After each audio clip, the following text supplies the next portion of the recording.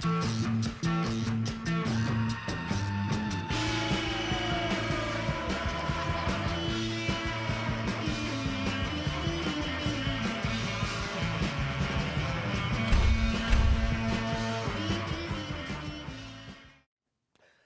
ladies and gentlemen, Street Talk and other stuff. Mad Dog Magnetic. It's another Monday. Thanks for being here. Watched the game yesterday. The Hawks took it away from the Rams. Rams, I think they have beaten the Seahawks the last 3 out of the 4 times they played. So they actually played pretty well. Didn't start off really good, but they came back, which is nice to see. So, hey, glad you're here today. I got a good show, but just a couple things to talk about. You know, I've been thinking as I get older in my life, a little serious of a topic. I appreciate the fact that even after being a police officer for 20 years, I never had to kill anybody. But I have found that I've read a number of obituaries with great pleasure. And that's terrible. That's terrible. But, you know, being a very influential member of the media, somebody who's very important to the news community here locally, I was recently sent Hillary Clinton's new book by her publicist, to read and review. And I sent a note back to the Hillster saying, thank you very much for your book. I will waste no time reading it. Now, what we're going to talk about today is the opening of a show I'm in, being directed by Matthew Pippin, called 12 Angry Men. Many of you will remember the show that was a movie by Henry Fonda. It's a great play. It opens this week, and I have a person in my life who I haven't been getting along with very well. I actually don't like them, but my wife said I should try to be nice, and she said, look, send them 2 tickets to the show, okay? So I sent this person 2 tickets to the show with a note that said, here, I'd like you to come to the opening night of my play. Bring a friend if you have one. Well, I have to say that the person responded really well. They sent me back a note that said, very sorry, I can't make the opening night of your show, but I'll come to the second night, if there is one. Okay, so Street Talk and other stuff. Mike Mad Dog Magnetic got a good show today, so stick around. We will be right back.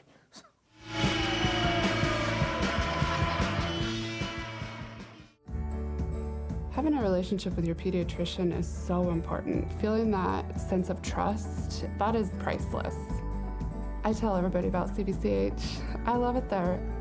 When I make an appointment, I don't have to take an entire day off. As a working mom, my life is really busy. Family time is everything. That's what we all work towards. And I feel like CBCH respects that.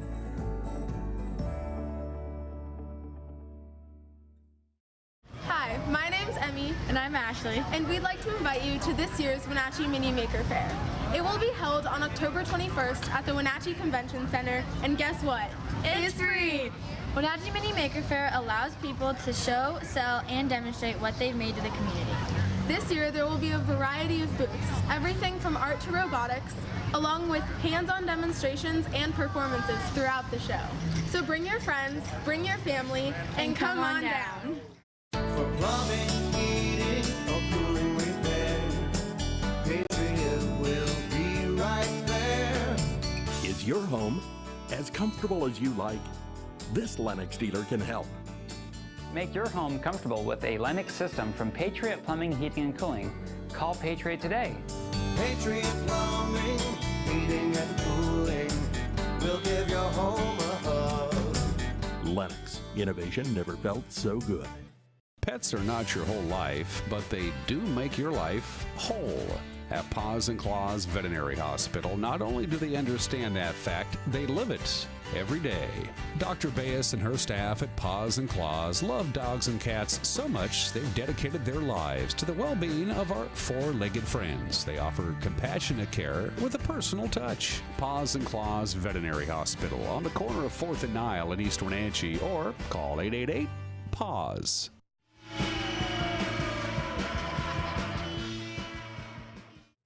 Oh, ladies and gentlemen, Street Talk and other stuff. Mike Mad Dog Magnetic. Very happy to have 2 of my fellow cast members from the show 12 Angry Men, which is opening later this week. This is Mr. John Schultz and Mr. Jared Morgan. But just get out a pencil. I'm going to tell you right now, this is where you can get your tickets, okay? Now, the show opens this Thursday night. It runs 3 weekends, Thursday, Friday, and Saturday, for the 3 following weekends. There's a matinee on October 22nd at 2 p.m. Tickets will be $15 each. And you can get them online at Numerica numericapack.org. That's why I write That's this the one. stuff down, so I forget.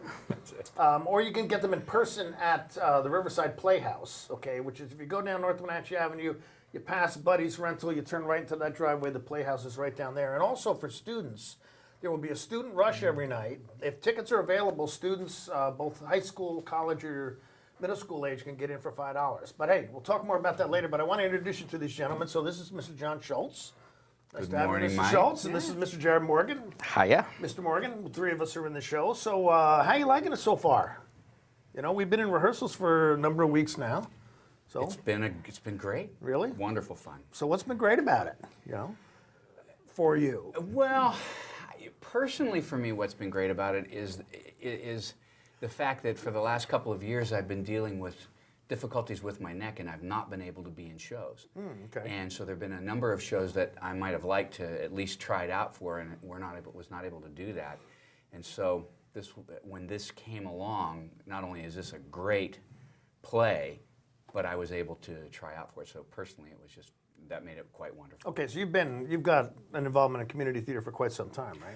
Not as long as most of the other people. I never set foot on the stage until 2008. Oh, really? Okay, how old were you? I was 52. Oh, I was okay. 52 when I first, and it was kind of a fluke. We were at Festival of Trees, and there was a tree there that came with a walk-on role on Jesus Christ Superstar, and my wife had heard me talk about, I'd like to be on stage, I'd like to be in the theater. Oh, what if you bought the tree? They'd give you this walk-on role? Yes, and Bought your way into a show. She Okay. bought, she bought the tree and handed the card to me and said, "There, you're in a show." And one thing led to They didn't another. make you play Judas or anything like that. No, it was a non-speaking role. I was in the money changer scene, and it was really quite amazing that Matt Cadman had the courage to let somebody walk in on the last week of practice and actually even get on stage. Really? But he did, and hung with me through the whole thing. I was in each of the performances, which was really wonderful. It earned me the name Walk On John, and which has unfortunately stuck. Really? Oh, I haven't heard that. We'll have could to do start, worse. We'll have to start using that. You know? Yeah. Hey, walk on John, you know. And Here's here. since then, I've been in, I don't know, 10 or 11 shows, which has been really lots of fun. Yeah, and you, Jared, you've been around yourself too. Now, I first saw Jared when he was in One Flew Over the Cuckoo's Nest, Like 4 years ago. something like that. About. Yeah, but then I realized that he was in a production of The Merchant of Venice with my son Tony while they were both in college, and that was how long ago? I was 19, so 15 years ago. Okay, so you got on stage a little earlier than John did.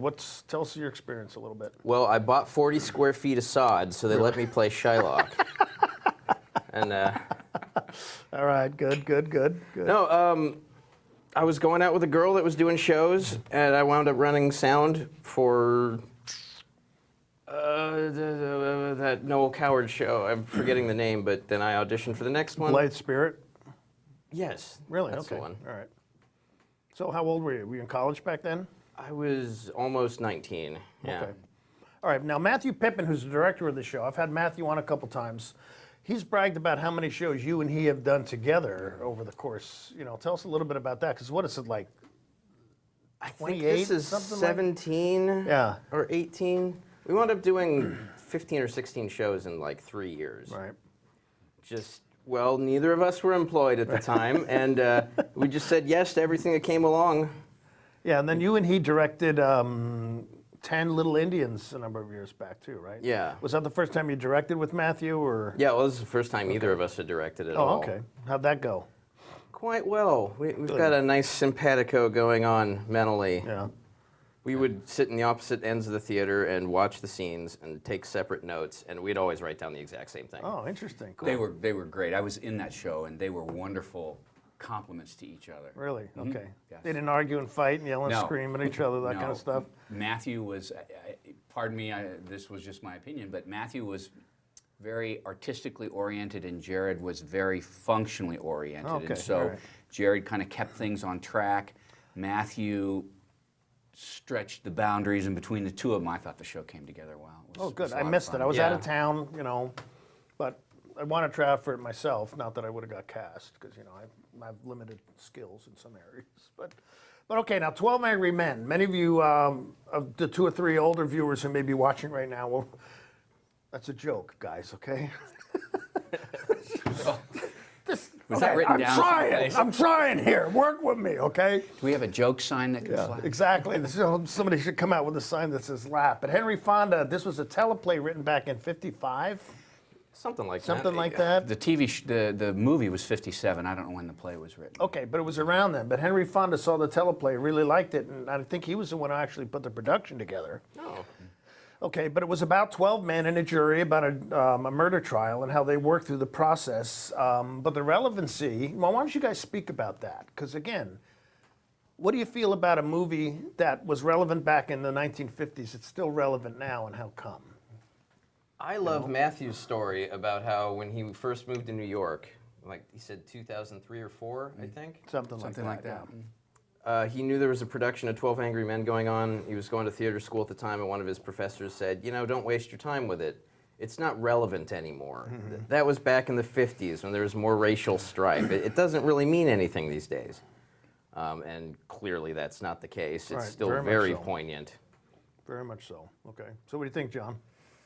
Well, I think that's true. I mean, this show is incredibly relevant, unfortunately. Yeah. It's highlighting the prejudices and the preconceived notions and baggage of our upbringing that makes it difficult for us to function as a group. Right. And the format of using a jury is really wonderful, because juries really are, I mean, what you're going to see is that these are 12 different people from different walks of life. And that's very much like a real jury. There's every cross-section of America on a jury. It's the way it's supposed to be. It's amazing it turns out that way, but it does. And so there are all these different angles and feelings, and they're brought together to bear on a very serious process.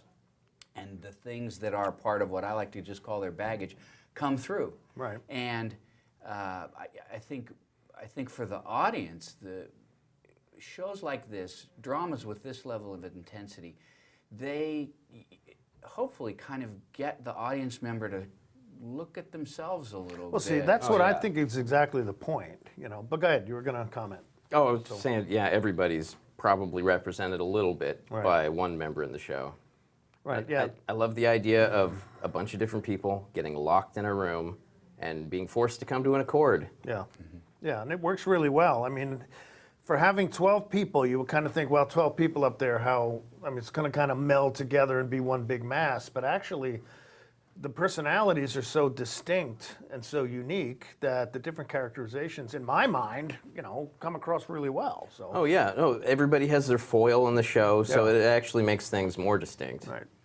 As an aside, just from a theater standpoint, that's one of the really nice things about this. This show really, well, all shows require the cast to sort of come together, but this show really needs the cast to learn to relate to one another, and this cast is quite talented and feel like I'm playing catch up most of the time, but that's been well, really we're letting you run along with this. Well, it's a learning experience. I agree. You're doing great. I have my apprentice card. That's as far as I've gotten. No, you're doing great.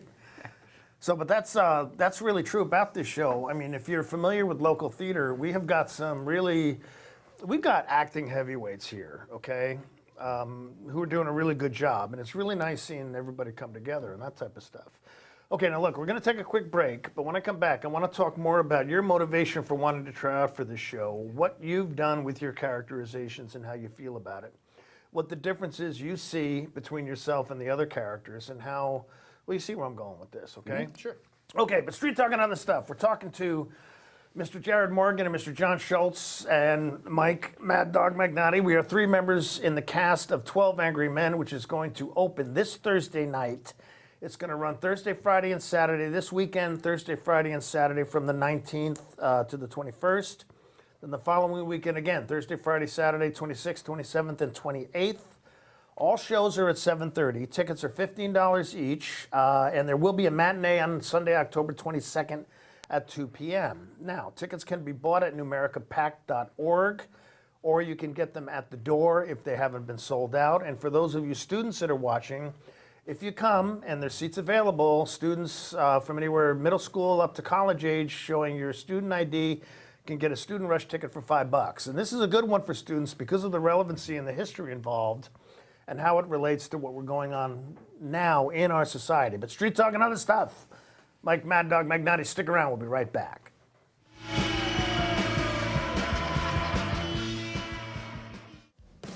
Antique Mall at Cashmere is Trade Dollar Coins' new location.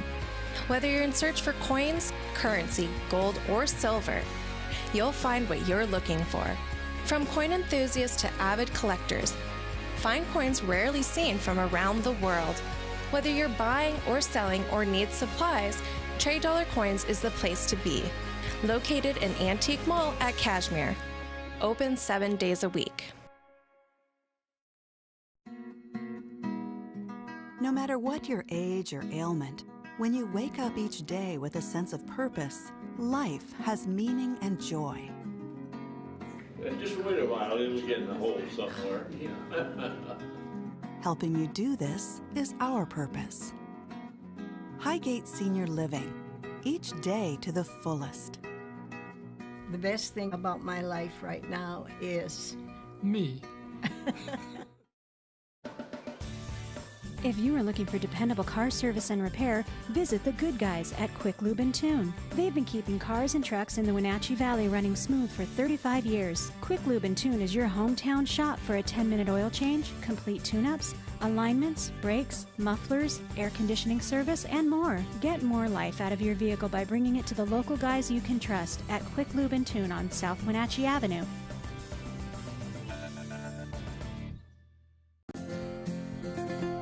At Local Myth Pizza, we believe in real food, freshly prepared with only premium ingredients. Our cheeses are imported from Italy. Our sauces, dressings, and even our sausages are made in-house fresh daily.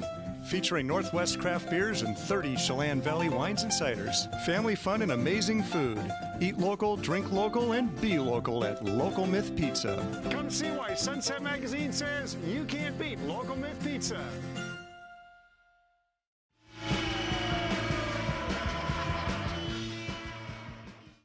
Okay, Street Talk and other stuff. Mike Mad Dog Magnati. We're talking about 12 Angry Men, which opens this Thursday night at the Riverside Playhouse.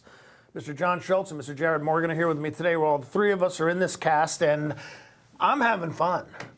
You know, I mean, in all honesty, I hate going out anywhere after I get home from work, but I'm missing dinner, which is a miracle. You know, but just, but how's it been for you guys? I mean, it's fun, isn't it? Oh, it's fun. Yeah. I haven't got to do a show in 3 years, so really? I'm just soaking it in. You drive for a while. Okay, so you're kind of I think I have the term right, the protagonist? I mean, you could make that argument. Okay, all right. It's a strangely structured show. Yeah, well, go ahead. And tell us about that a little. So I'm the initial dissenter. I'm the only one at the beginning of the show that thinks the boy is innocent. So I'm trying to convince everyone else. And this character is kind of a blank slate. Mm-hmm. If you look at how you would normally go about analyzing a character, you want to look at what they say about themselves, what other characters say about themselves, and how they speak. And the only thing I ever say about myself is I have 2 kids and I'm an architect. Right, exactly. So that's pretty basic. And then number 3 says I'm a golden voiced preacher at one point, but he's, you know, you can't take that one seriously. Yeah. And there was one, oh, Rob says I'm good at the soft sell. Yeah. But he's kind of buttering me up at that point, so you can't take that too seriously either. So you really start from the ground up with this guy.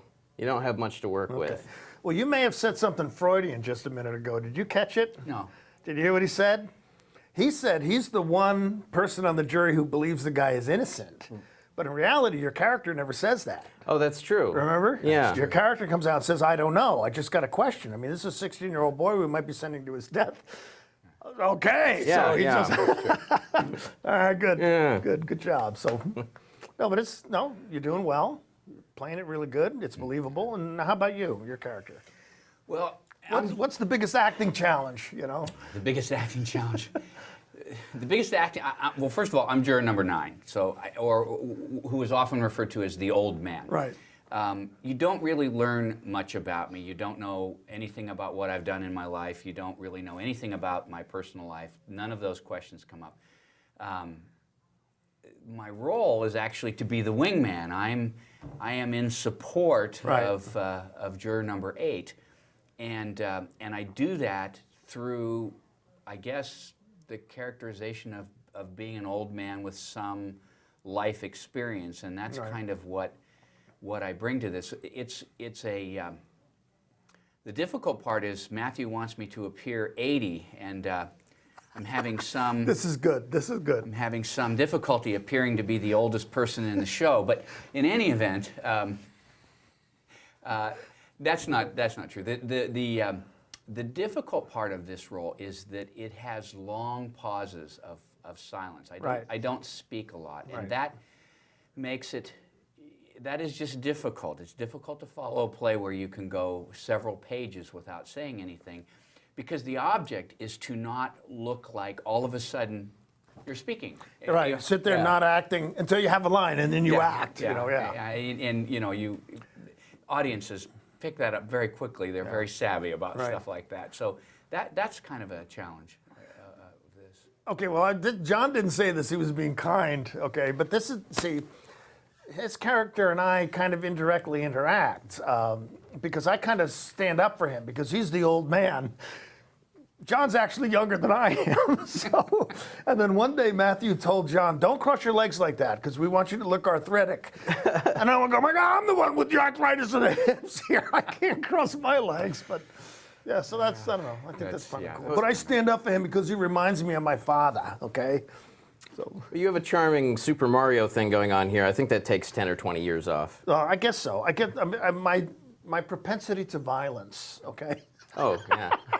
Because I do. I am violent in the play twice, all right? And one time Nicole Villikers helps me, but another time it's all by myself.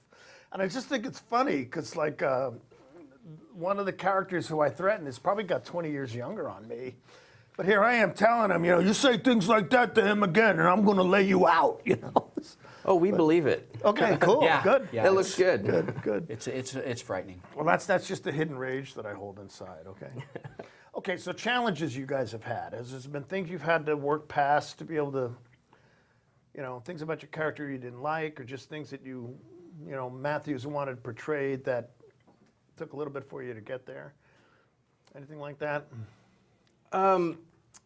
Well, one thing that Matthew has said from the beginning is that this character is normally portrayed as like the white knight, the smartest guy in the room with 100% pure morals who's just fighting the good fight. And so he's trying to give him some rough edges a little bit. Yeah, because you're not coming across like a white knight at all. Yeah, that's what I've been trying. Yeah, no, the whole thing about being confused and wanting to know and giving the guy a chance that's playing really well. I've also learned in the show that I have a really long torso. Yeah. So I'm sitting next to John the whole time. We're the same height. But in reality, he's 3.5 feet taller than I am. Yeah, there's one part where we have to show how the murder could have occurred, and there's supposed to be a height difference of 7 inches. When you and David are pretty much, actually David's even a little bit taller than you, I think. So. But it's good. It's great stuff that you'll be able to see. So what do you particularly want people to get from this? To come to, because the show's got definitely a message to it. What do you want people, what's the walk-away thing you want them to take? Well, I mean, I think the walk-away, the takeaway is hopefully there is some self-analysis that comes out of this, where people realize that we are trying to demonstrate the more negative sides, by and large, and some positive sides. I mean, each of these characters have some positive sides. Yeah, definitely. But we each have some negative sides, and that's true for all of us. And I think that by displaying a lot of them through the concept of this play, people may be able to look at this and analyze themselves a little bit. Recognize themselves a little bit. Yeah, Jared, what do you think? I really like the idea of 12 very different people coming to a consent. That no matter how much you disagree with somebody, you can still compromise, and you can still agree on some basic things. Right. Listen and have respect for what the other person's saying. Absolutely. See, and that's my contention all along. If we're going to deal with racial prejudice, if we're going to deal with these things of injustice, we have to look at them first in ourselves. Okay? It does not work to point the finger at somebody else and say, hey, you know, you're bad. But hey, Street Talk and other stuff. I'm here with Mr. John Schultz and Mr. Jared Morgan. The three of us are with the show 12 Angry Men. We're going to give you a little bit more information for that after the break, but then we're going to come back with your probably worthless opinion, where I read a letter from a viewer. But hey, Street Talk and other stuff. Mad Dog McNally, stick around. We'll be right back.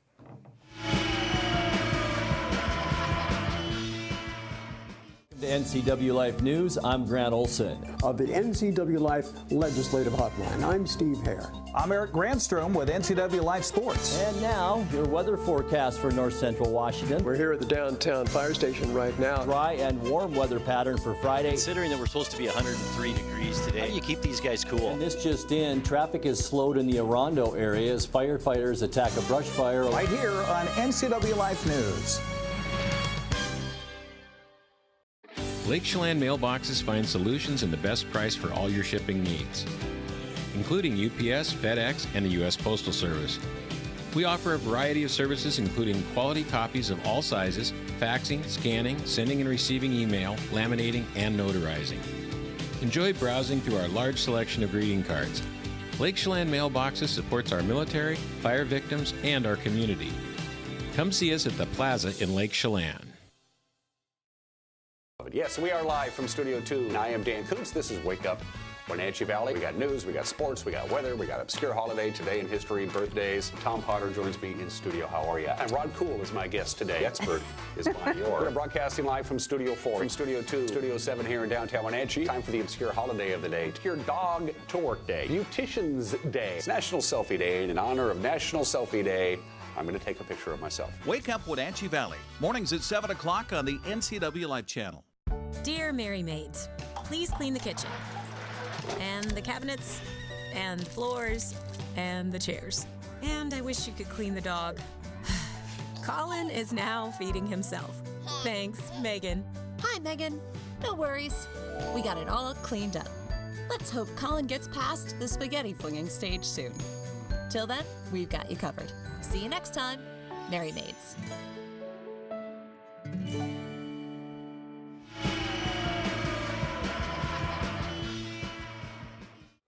Okay, Street Talk and other stuff. We're here with a regular part of the program called Your Probably Worthless Opinion, where I read a letter from a viewer. And if you want to send me something, you can send it right here to ncwlife.com. It's at 301, I don't know the address, but send it. It's on, what street is this? North Chelan.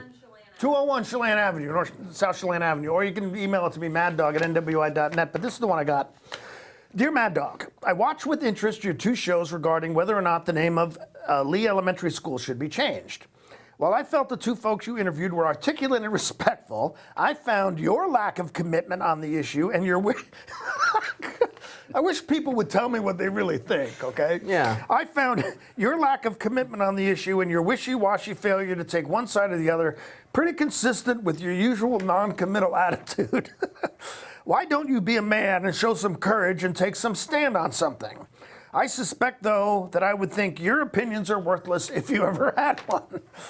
Okay, signed a less than loyal viewer. Well, less than loyal, let me tell you, you obviously are not paying attention to my Facebook account because I have taken a stand on this issue. I do think the name of the school should be changed. But I think the name of the school should stay Lee School, but be named for Stan Lee, the creator of Spider-Man. There we go.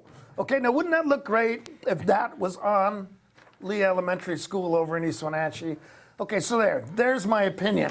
I mean, it'd be hard to get the rights, but great mascot. It would be great, exactly. Sure. And just think about what their field sports uniforms would look like. Yeah, exactly. The I mean, football come on, team would it'd be cool. Awesome. I mean, because I was going with Sarah Lee, and I don't know, pound cake, maybe not as good, but probably not. But again, but hey, Stan Lee, you can't beat. But hey, this has been Street Talk and other stuff. Mike, Mad Dog, McNally. Remember, 12 Angry Men opens up this Thursday night. It's going to run Thursday, Friday, and Saturday for the next 3 weekends, and a matinee on Sunday, the 22nd.